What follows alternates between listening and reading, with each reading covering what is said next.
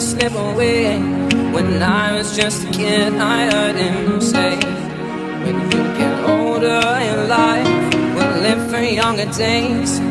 Think of me whenever you're afraid. He said one day you'll leave this world behind, so live a life you will remember. My father told me when I was just a child, these are the nights never die. My father told me.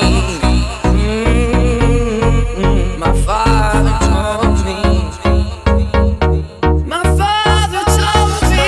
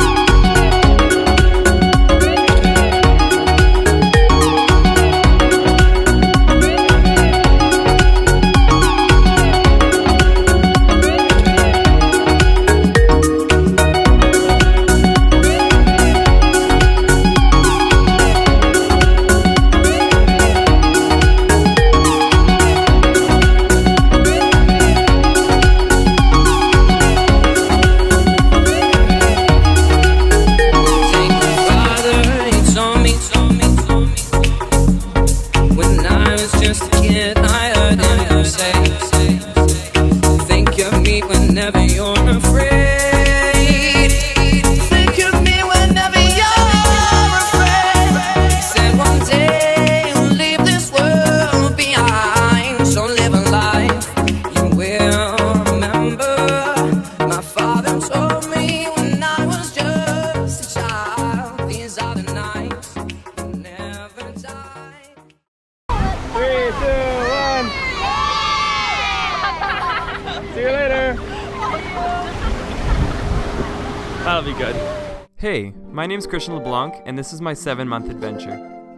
The next 10 minutes give you a small glimpse of what it's like to travel. It shows you the events in the same order that they occurred, and it gives you a small taste of the 9 countries I was able to visit. On January 3rd, 2015, I moved to Bangkok, Thailand to complete my last semester of university on exchange. Moving to Bangkok was definitely not an easy decision. It was extremely nerve-wracking to think about leaving my friends, my family, and my girlfriend behind for several months.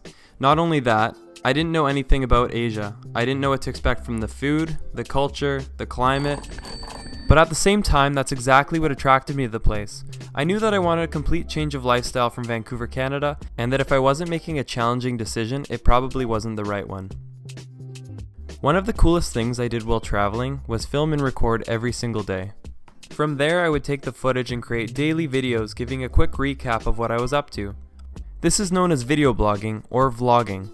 When I first started vlogging, it was simply so that I could keep my own memories and share my trip with friends and family. But to my surprise, within a month of vlogging, I had tons of people I had never met commenting on my videos and thanking me for them. It felt really rewarding to be able to share a piece of the world with them. One of the most exciting days of my entire trip was March 1st, and that's the day my beautiful girlfriend Laura landed in Bangkok. After FaceTiming and Skyping for 2 months, we were finally reunited. Naturally, our first trip was to take advantage of the beautiful southern islands of Thailand. Our first island was Koh Lanta, followed by Koh Phi Phi, which is commonly known as one of the most beautiful islands in all of the world. Having already been in Thailand for almost 2 months, I was able to show Laura the lifestyle. Delicious street food in the day, and questionable alcohol served in a bucket by night.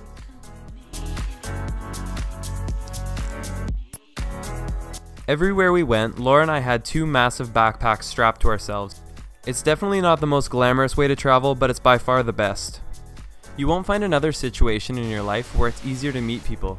Most of the friends we met along the way were met in hostels, trains, buses, and places we would have never expected. The second you see someone wearing that oversized backpack, you can almost guarantee you'll have something in common.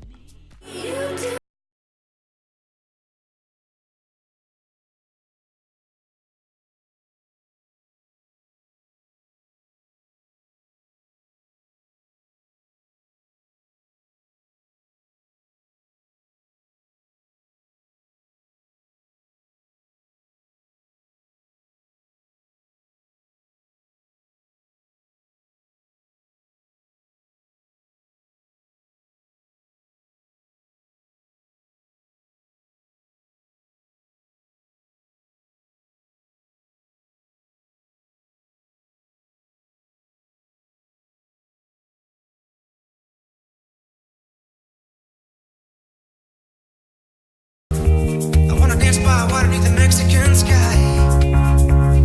Drink some margaritas by swinging blue lights. Listen to the mariachi play at midnight. Are you with me? Are you with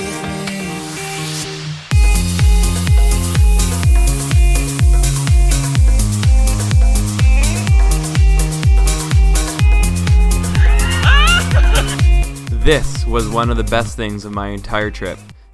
Songkran, also known as Thai New Year.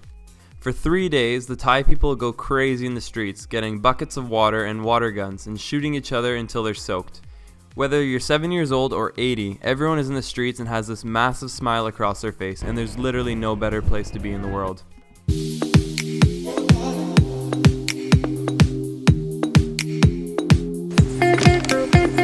Thailand is an incredibly diverse country. It's got the massive cityscape of Bangkok, the beautiful southern islands, and the incredible mountain range of the north. This is so amazing. I was there nearly 4 months and I still have so many things I want to go back and see.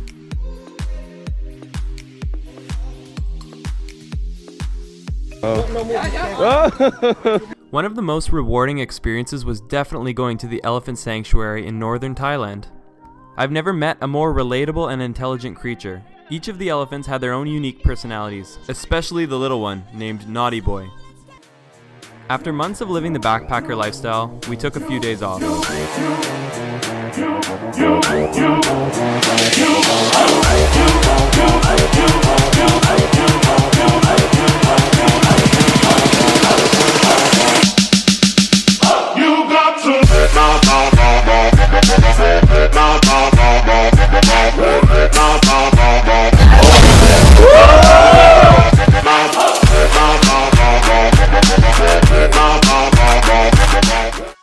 Our next stop was to my favorite island of all, Koh Tao.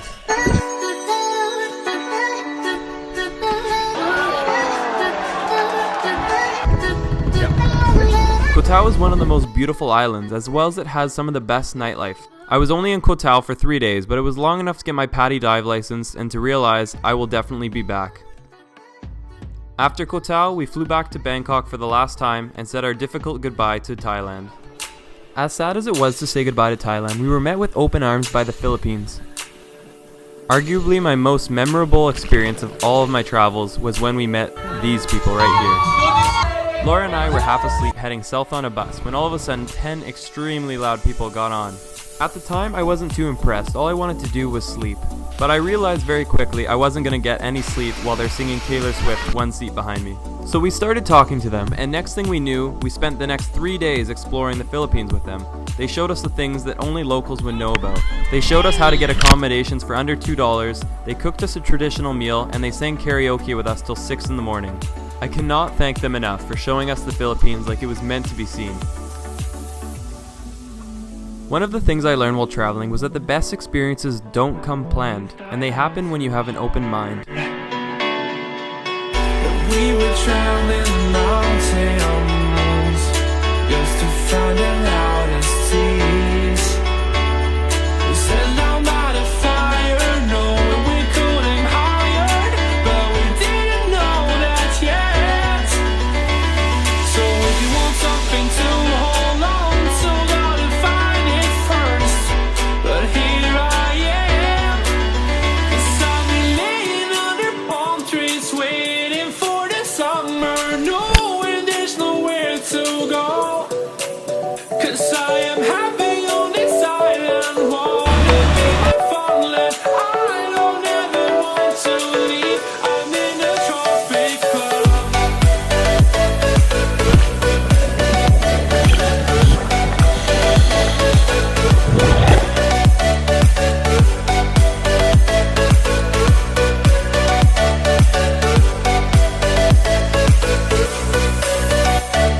Philippines was an absolute dream.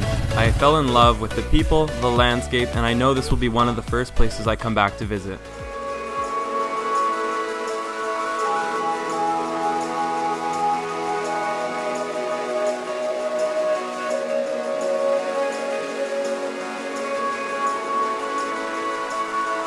Before I left on my trip, I would tell friends and family about the idea of going traveling for 7 to 8 months, and almost all of them would say the exact same thing.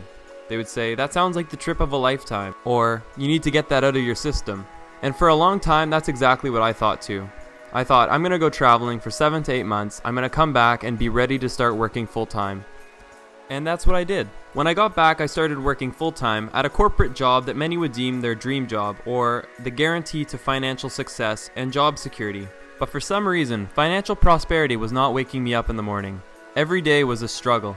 I couldn't find the motivation at work, but as soon as I'd get home, I would be editing photos and videos for hours on end. This never felt like a job to me. It wasn't much longer until this became a dilemma that I thought about every day. Do I leave behind a prestigious job that guarantees financial success, or do I pursue an uncertain career with a path that is totally undefined? 2 weeks ago, I made my decision. I handed in my resignation and I terminated my lease. I had so many reasons to stay at my job, but I could no longer deny the fact that my passion was elsewhere. For almost 7 months, I saw what that passion looked like. I was able to find what I loved, what I was good at, and what I want to do for the rest of my life. Boom!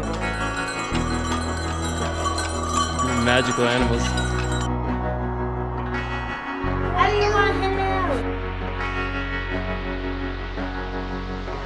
2016 is going to be a big year. I will be returning to Asia to see what more this beautiful continent has to offer, and I'll be daily vlogging the entire experience. I'm not just going to be vlogging my travels, I'll also be vlogging the entire process of making this a reality. This project is so much more than just a reason to go traveling again.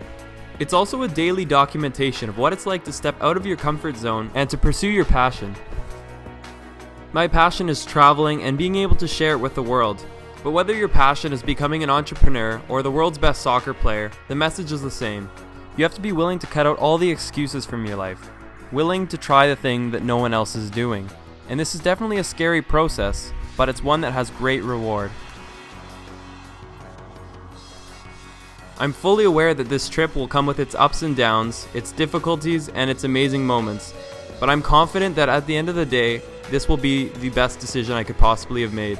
Sugar, you make my soul complete. Your rapture tastes so sweet.